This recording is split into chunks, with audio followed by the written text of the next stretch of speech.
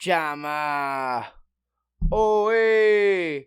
What a fucking performance. My guy, Alex Pereira, with the head kick knockout. Oh, my God. Oh, my God. With the broken toe, nonetheless. That was crazy. Dude, Poatan is the scariest guy on the goddamn planet. And, like, literally every fight, he just gets scarier and scarier. If you gotta face this guy, man. Oh, I will be saying a prayer for you. Everybody. Jesus Christ. I don't care what the guy does. We'll get into it, but Jesus, every single time, this guy, his star just continues to shine, and it just, every fight, he outperforms himself. It's absolutely insane to watch, so who would have seen it coming? I will say, Golden Gloves look silly. I don't like them, but whatever. Stare down was intense. That stare down was fucking crazy. I will say, though, the UFC kind of made a joke of it with how comically, like, just kept, like, zooming in and zooming in. It literally was like, I've never seen anything like it. It was funny. It, like, went on for a comically long time. These guys are intense. That showed. It was an awesome fight. We'll get to it. We'll break it down in a little bit. Some stuff we're going to talk about. What else? I mean, everyone deserves a bonus on that card. Absolutely everybody. Top to bottom. Incredible card. A lot of people came together. A lot of people stepped up big time. Took some risks, and, you know, it paid off for a lot of people. All hail Dan Ige. Literally took this fight on 4 hours' notice because Brian Ortega had a tummy ache in the back and literally pulled out, like, I think it was during the Cub-Swanson fight that we found out Brian Ortega wasn't going to be fighting that night. Dan Ige luckily lives in town, pulls up to the fight. He was getting a massage beforehand, probably take a little smoky. I don't know if Dan does that, but, you know, he was chilling. He was ready to watch the fights as a fan. He wasn't planning on fighting today. Wakes up, does his thing, gets a phone call, shows up at the arena 4 hours later. All hail Dan Ige. Also credit to Diego Lopes. Literally the weight changed on him 3 times in a matter of 24 hours. He was already taking it on short notice. This kid's a stud. He's going to be a superstar if he's not already, so absolutely crazy. Absolutely crazy night of fights. Who would have guessed it? We were all talking shit that, it's all late replacement fights, and myself included, saying it wasn't going to be a good card. I mean, we all know Alex Pereira always puts on a show, so no one was worried about the main event, but, you know, there was definitely some nervousness going into this card with everything being short notice, so awesome card. We'll get to it. Yeah, but what else is up, everybody? How y'all doing? We're continuing strong. It's episode 47, so again, closer and closer to that episode 50 mark. We're really getting close now, 3 episodes away. So if you could just hit that subscribe button for me, it really helps me out. Like, really helps me out. It's really easy for you. Changes my life. The more people who do that, the more it shows me this channel is continuing to grow and that you guys like what you're seeing. That being said, too, hit the comments. If there's something you don't like that you're seeing, let me know. I'm fully open to having discussions in the comments. I'm fully open to criticism. Let me know. You know? Talk to me, guys. Talk to me. I'm here. I'm with you. I'm one of y'all. Let me know. What else? I don't know if anyone else has had this problem. I swear to God, every time I use a different streaming service other than Netflix before I go to bed, the next day I wake up and Netflix logs me out. Netflix is acting like a jealous girlfriend right now. It's like, oh, you want to spend time with Max? Oh, you want to go to bed with Max? That's fine. I'll take my stuff and I'll leave. No, it's fine. It's fine. Have fun with Max. I'm sure they've got plenty of streaming shows for you. Go ahead. Check it out. You know, maybe I will. Maybe I will stay with Max. They got House of the Dragon. Yeah, maybe I will. Fuck you. And not only that, they make it harder and harder to log in every time. It's like, oh, logged out of Netflix. Okay, scan this picture. Now you gotta click on this picture. Now you gotta go to this website. Now I gotta log in on the website. That's not good enough. Now I gotta enter the code from the TV. Finally, like 4 or 5 minutes pass, and now I'm finally logged in. That's insane every single night. I don't care, Netflix. I'm using Max. Like it or not. I'll delete you. Stop doing this to me. You cut it out. You're being a toxic streaming service with this bullshit. In other entirely unrelated news, Dave Portnoy was in town. I woke up one day. I forget what day it was, but I wake up and I start seeing all kinds of pictures. People taking pictures with Dave Portnoy in the street. I'm like, that's crazy. And, you know, maybe that's not a big deal to some of you out there. Like, maybe you guys see celebrities all the time. I'm up here in New Hampshire. We may be in the southern part of New Hampshire, close enough to the city, but we don't get a whole lot of celebrity interaction. And Dave Portnoy is one of us, so this is a big deal. I guess he's in Londonderry, New Hampshire this day. He's checking out a couple pizza places. One bite, everybody knows the rules. I think he was checking out Mickey's New York Pizza and Grand Finales, which I've never had the ones in Londonderry, but Grand Finales in Salem's pretty good. Pretty doughy. I don't know that that's Portnoy's style, so we'll see when the video comes out. Mickey's New York Pizza, if it's anything like the one up by my house, it's fucking disgusting. So, I don't know. That's just my opinion. We'll see. But all kinds of panic, all kinds of rumors. Hearing that, there was a rumor that there was an order for pickup for Austin. Austin is the name. So, every pizza delivery in literally like a 40-mile radius was like apparently going crazy. I'll even say me and my dad ordered pizza, and we're not in Londonderry. I'm not going to tell you where exactly we are, but we're not in Londonderry. We ordered not pizza, but from a pizza place. Delivery took like an hour and 15 minutes to get there, so you could tell like every pizza place within like a 50-mile radius was just straight up focused on the walk-in orders and the takeout orders. You could tell. We didn't even order anything crazy. Me and my dad, we got like a sub and I think I don't know what he got, like a pasta dish or something. Nothing crazy. Over an hour to get there. That's fine. I get it. You want to represent. You got to do a good showing of yourself for Dave Portnoy when he's in town. So I get it. We can take a back seat. He's a big deal. I'm not yet. One day I will be, though, and you'll be making my pizza with all kinds of special attention. And you'll be saying, meet me in the basement. Come check out our pizza. Come on, talk about it on your podcast. We got great pizza. And I'll say, fuck you. I remember you left me in the cold waiting for my goddamn food until 8 o'clock at night on a goddamn school night. I'll never forget it. Whatever. So, that's the end of the bullshit. We'll get into some fight-related topics. Maycee Barber has just pulled out of her fight against Rose Namajunas, stepping in as Tracy Cortez. Tracy Cortez, she's had an up-and-down career. She gets a lot of attention, and that can work for you or against you. She's a very pretty young woman, so a lot of eyes on her a lot of the time. So everyone's watching every step she makes, so it puts a lot of pressure on you, and some people make or break. She's had a pretty good career, ups and downs. I mean, she's lost some. She wins a lot. We'll see what happens. Rose is a real step up in competition, though, so I don't know how that's going to... I was really interested to see how the Maycee Barber versus Rose Namajunas worked out, but this is a good fight for Tracy. It's a good opportunity for Tracy. I think I'm probably leaning towards Rose in this one, but it is a good opportunity for her, so we'll see if she can pull something off. I wouldn't be too surprised. She is very talented, I know everyone talks about her for her looks, but she's a very talented fighter, and she takes this very, very seriously, so nobody sleep on Tracy Cortez, that's all I'm going to say. In other news, Paige Van Zant made her slap boxing debut, whatever the fuck you want to call it, rocked her opponent, won by decision, and I still do not give a shit, and that is all we're going to say about it. Good job, Paige. Do something else. Alright, so lastly, before we get into UFC 303, I do just want to give an update, because I know some of our viewers care. Maybe not all of you do, but some of you do.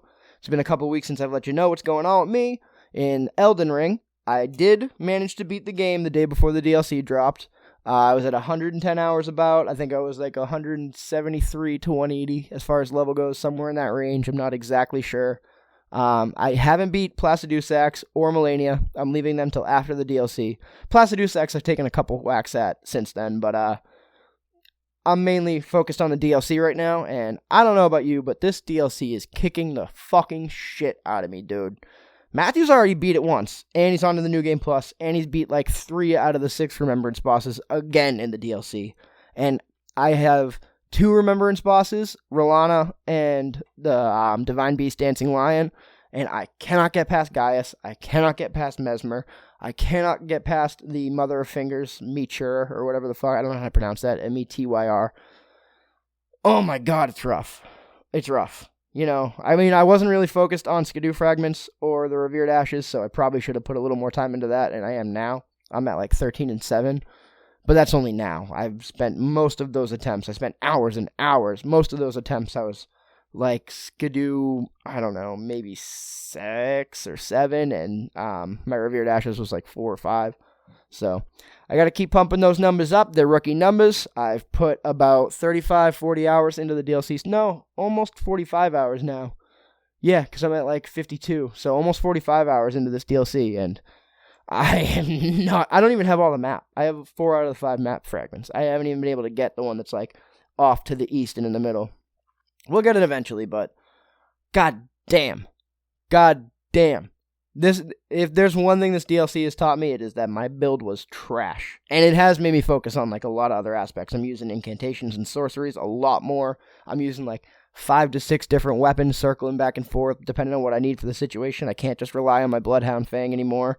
So, I mean, it's good in that aspect. It's definitely like get good is the phrase, and I'm trying. I'm getting better for sure, but woo-wee! It is stressful. I'm telling you, my heart rate gets crazy. My heart rate gets absolutely insane playing that game when I'm like dying to Commander Gaius for the 900th time in a row. Ugh, whatever. Get good, bro. Get good, bro. Get good, bro. Get good, bro. Whatever. All right. We'll be back breaking down UFC 303 in just a moment. All right. So with that being said, let's get right into UFC 303. Some highlights from the prelims was the bittersweet fight we had with Jillian Robertson versus Michelle Waterson-Gomez. Michelle, fan favorite, been around literally forever. Jillian Robertson, she's one of those ladies who's had kind of another up and down career where not all success, but she's been around forever too. She has had a lot of success. She's turned back a lot of girls on the come up.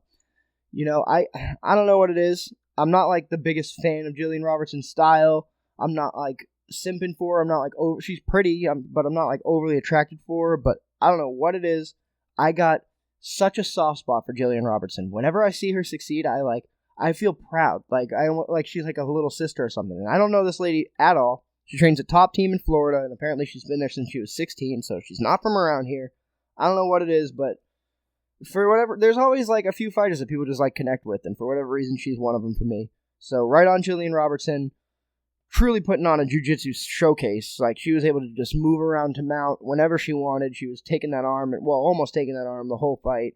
I mean, truly beautiful transitions, and just the autonomy she has. Like, she's able to just move all 4 limbs completely separate from each other to achieve one end goal, and like that may sound like some stupid vague shit, but like it truly is crazy to watch like what she's doing. Everything is doing something different. Her left leg's pinning something down, her right leg's prying something open, her fucking right arm's holding wrist control, her left arm's digging an underhook and pulling her one way. She's literally doing 4 entirely different movements at the same time with just absolute brilliant technique. The way she was trying to sweep Michelle Waterson for the armbar, she was going for armbar. She had her right leg across Michelle's chest, but her left leg, she had her shin pressed up against the back of Michelle's head, and so Jillian was like on her stomach. They were on the ground. Michelle was like kind of on all fours in like a turtle position with her arm stretched out. Jillian's holding Michelle's arm with her right hand, and then as she's trying to flip her, she's using that shin on the back of Michelle's head. She's using that to try to flip her with the leg to try to like literally turn her over. And then that's not working, so she reaches back and grabs the right foot and starts pulling that way to really pry her. Pulling her and trying to flip her over in 3 different directions and dragging her with the arm to pull her weight off the center line. Like, that is truly, truly elite jiu-jitsu right there. I know some people say that the women fights are like piss break type fights. Not this one. Not this one. If you want to see elite level jiu-jitsu, male or female, that was the fight to watch. Truly beautiful. I do feel for Michelle. She retired. She was crying. She took her gloves off. She took a lot of heavy elbows on the bottom. It's not like she didn't ride out on her horse into the sunset like you'd like to see from fighters, especially one that's been around so long. But it is what it is. Out with the old, in with the new. It is what it is, you know? Not that Jillian Robertson's new, but like, it happens. Time catches everybody. Michelle Waterson's like 38, 39 years old. What are you going to do? It is what it is. So, great fight. Hooray for Jillian Robertson. Michelle Waterson, we love you. Much respect. You're obviously Hall of Fame level fighter. We love you. And it is what it is. Huge fight for Peyton Talbot. Very short fight. 13 seconds. Just straight right on the chin. Literally right on the very bottom of the chin with that middle knuckle. As perfectly accurate as a punch possibly could be. Kid was talking wild going into this fight, and he backed it up, so you can't really say anything about that. And like, it's not just a lucky punch. Like, people say, oh, when there's a quick knockout, people love to be like, oh, it was a lucky punch. He'd never do that if, like, 10 out of 10 fights, he's not going to do that. That was a once-in-a-lifetime opportunity. Dude, like, he sees there's an opening, reacts in a millisecond, says, okay, I got to attack, decides what to attack with, and then fires the motion. Like, there's no luck involved. That is just straight up amazing reaction time, amazing muscle memory. Like, the second that he sees that opening, his body is just trained to instinctually know, bam, right down the center line. It was just perfect. Get the kid to top 10, top 5. I mean, let's see what happens, you know? I mean, I know I've seen him fight before, but I just started really hearing about this kid. Like, he's making big waves, so I'm paying attention. I'm watching. Yeah, keep it up, I guess. We talked about it. This is right around the time that Brian Ortega, we all found out, pulled out of the fight. That was crazy news. I love that they gave us Joe Rogan's live reaction to it. He was like, whoa. But, yeah, that's funny. Is what it is. Joe Pyfer, first round knockout over Marc-Andre Barriault. So he's back on track. No, he won his last fight, Joe Pyfer, but it was a little tricky at first. I forget the opponent's name, but I know he still won. I think it was like second round stoppage, but wait, no, Joe Pyfer just got fraud checked, didn't he? I don't know. He might be coming off a loss. But either way, back on track, first round knockout, not much to say about it. So that's the prelims. We're going to move on to the main card.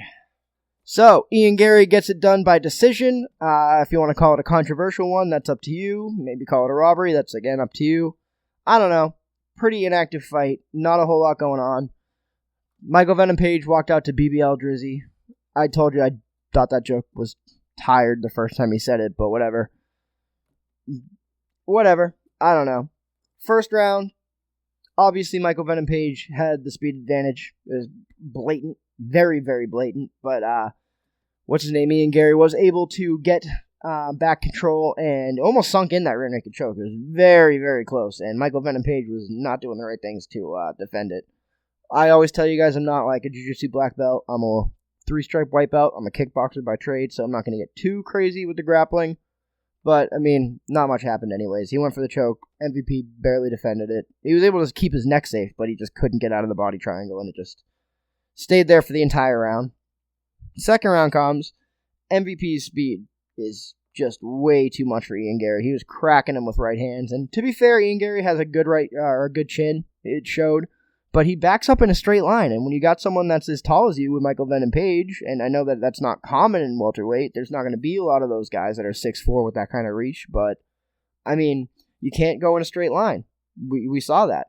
And then even when Garry started to get a read and was kind of moving out of the way, and he did roll a couple of those punches, he still, when he did follow up with his own straight right, you could see that, he kind of pulled the punch a little bit because he was so hesitant. He didn't really, he threw it out, but his elbow never locked. He never fully extended it. It was like that. He just kind of threw it out there and then pulled it back at the last second because he was nervous. He didn't want to get countered. So that was blatantly obvious round 2. Round 3. Again, not much happens till about the second half of the round, and Garry ends up on the back standing, and they go to the ground. Oh, I missed it. Garry did jump for a leg lock in the second round, but there was really kind of nothing doing there. They kind of just, it wasted 30 seconds of the round. That's basically all that happened. And yeah, then like I said, Garry got some more back control in round 3, and they go to the decision, and they give it to Garry. A lot of boos. Whatever. He's still undefeated, 15-0. I don't know. I'm an Ian Garry fan. I knew this was going to be a difficult fight for him. I did think he was going to win. But, I mean, I don't know. There's not a whole lot of guys like that in that division or in the UFC in general, like MVP, that have that type of style. So it's not like he's going to face those same obstacles again soon. So it's not like he's going to really worry about that. But, I mean, it wasn't a pretty fight. And fans were a little not happy with it. I don't know. It was a decent fight for me. Not all of them can be showstoppers. It is what it is. I was cool with it. So, let's move on to Roman Dolidze with his decision win over Anthony Lionheart Smith. First round, bit of a leg kick battle, and Anthony Smith was probably doing a better job of checking him than Roman was. Anthony was landing some really heavy calf kicks of his own, too.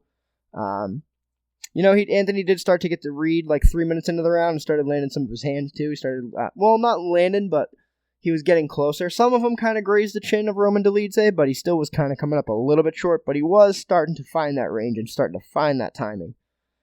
Roman Dolidze, though, he swings like a goddamn madman. He just swings for the fences, all kinds of crazy overhands and just switching stances and leaning in and leaning over for shots, and I mean, it got the job done. I think he just overwhelmed Anthony. A lot of a lot of the power strikes were just causing Anthony to just cover up and back up. And at one point, Anthony even kind of like just ran backwards covering up to the point where he fumbled over himself and Roman just kind of fell on top of him. And that really, like, that was the end of the fight. And Roman just, at first he threw like a lot of crazy ground and pound punches that didn't really mean much and it wasn't doing anything really. He kind of thought he was wasting his energy. But then when he had Anthony pressed up against the cage and Anthony was kind of down in like a seated squat position almost where he's like kind of sitting down but also on one knee and he's just kind of bent over himself, Dolidze just starts pumping right hands into his fucking face and that was pretty brutal. So he won the fight, calls out Khamzat Chimaev. I don't know how I feel about that. Khamzat would probably run through him if he could actually get to the fight. We'll see what happens. I mean, I'm down with it. Khamzat, you know, I was considering Khamzat more of like a top title prospect or like fighting a 1 or 2 like a Robert Whittaker like he was supposed to, but now with all the weight misses and being as inactive as he has, maybe it's not a bad idea to have him fight a Roman Dolidze. I could see that. I mean, Roman did have it was a nice snap kick thrown in there in the last round to the face. It was just real quick flick of the toes to the face. He did throw a wheel kick at the end that was pretty ill-advised. It was really, really slow, and Anthony wasn't able to get out of the way of it, but it still didn't land to the head. It kind of like hit Anthony in the chest and just kind of pushed him back a little bit. It is what it is. Again, another late notice fight, so it's not like we're seeing the best versions of either guy, so we can't really hold too much against them for it. I do think maybe it's time for Anthony Smith to start thinking, okay, maybe 1 or 2, maybe 3 more fights against some journeymen just to like establish myself financially before I retire, but I do think retirement is closer than it is further for Anthony Smith. And that's all out of respect. I love Anthony Smith. I love listening to him on commentary. I love listening to the Believe You Me podcast with him and Michael Bisping. It's just, like I said earlier with Michelle Watterson, time gets the best of all of us, and it might be time, brother. So, we'll see. We'll see what happens. I don't know, but we'll move on from that. Diego Lopes versus Dan Ige. We've already said Dan Ige is a fucking stud for stepping up. Diego Lopes, absolute superstar. Fight's kind of a barn burner at first. Like, Dan Ige's got really good technique, so he's keeping it a little more tight and clean. But Diego Lopes, man, he loves like right hook, right hook, and then to grab the tie plum and go in for the knee. And, you know, I mean, it works. He's so powerful and fast that like people will just cover up, but he does leave himself pretty open. And later in the fight, Dan did start to kind of get a read on that, and Dan was landing his own, especially in the third round. I will say, one thing that Diego has in his favor with those kind of like hook combos where he's leaving himself open, a lot of people, there's 2 things that you're going to try to do. If you're a striker, you're going to try to throw something straight down the middle to intercept them. That's one way to do it. No one seemed to be able to do that so far, not even Dan Ige, who's got really crisp striking. I mean, he did catch him later on in the fight, but it was a short notice fight, and they were both tired, especially Lopes. But the other thing is, if you're a grappler, you're going to try to duck under and shoot a double. Dan tried that too. But what happened is, Dan ducks under, shoots for a takedown. Diego immediately jumps on a Darce choke and just locks that up. He didn't quite get it. Dan did a really good job of like pushing off with his elbow and keeping enough space where he was able to breathe and he wasn't quite getting choked, but he was stuck in that position for the last like 45 seconds of that round, and that's kind of how it ended. Round 2 was a little more patient. Lopes was able to get the back of Dan Ige and drag him down. Dan Ige landed a really nice high kick at one point, but he kind of fell over when he did it, and he landed flush, but unfortunately Diego ended up on top of him. So, great fight for both guys. I would like to see, and I'm not the first person to say it, Diego said in his post-fight interview that he wants to fight in the Sphere. Dan Ige said that's something he'd be into.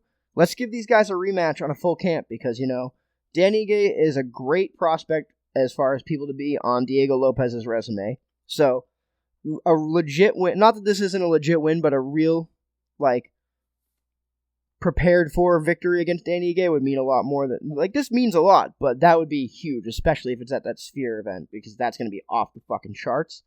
So, that would be huge. I think Dan deserves to get another crack at it for what he did today. He also deserves a huge bonus. Like, you should be giving him fight purse, win purse, double it up, give him a performance bonus. Fucking hook that guy up. Buy him a house, buy his mom a house, buy him a car, buy his dad a fucking motorcycle. Hook his entire lineage up, because that was a goddamn baller move showing up and saving that co-main event. So, Literally, I love it. And Dan Ige, you know, at the end of that fight, he was fucking pummeling Diego, too. Diego was on bottom, kind of holding on for dear life. So, if that's a 5-round fight, maybe that goes a little bit differently. Again, short notice, Diego was very tired at the end, but who knows? Who knows? Who knows what a full camp 5-round fight would have been between those guys? Could have been a lot different. I think it would have been. So, whatever, we'll move on. Great fight for both those guys, and really, truly top-notch level, elite company men athlete. Gotta say, I love to see it. So, with that being said, let's get into our main event. Alex Poatan Pereira retains his light heavyweight title against Jiri Prochazka in the rematch. Literally, if there was any questions about how the first fight went down between them, whether it was a stoppage or it was Jiri cracking Alex early, those questions have been put to bed. Both guys did start off a little tentative. You could see them kind of like feeling each other because they both got deadly, deadly power, but Pereira started landing early. I mean, Jiri came out southpaw, and Alex just lead leg kick to the outside calf on Jiri, and that hurt immediately, so Jiri switched back to orthodox. Alex starts chopping the right leg, or chopping the left leg with his right, so that was really landing for him right off the bat. Lands a big cross early, big left hook early, and that body kick too. Oh my god, dude.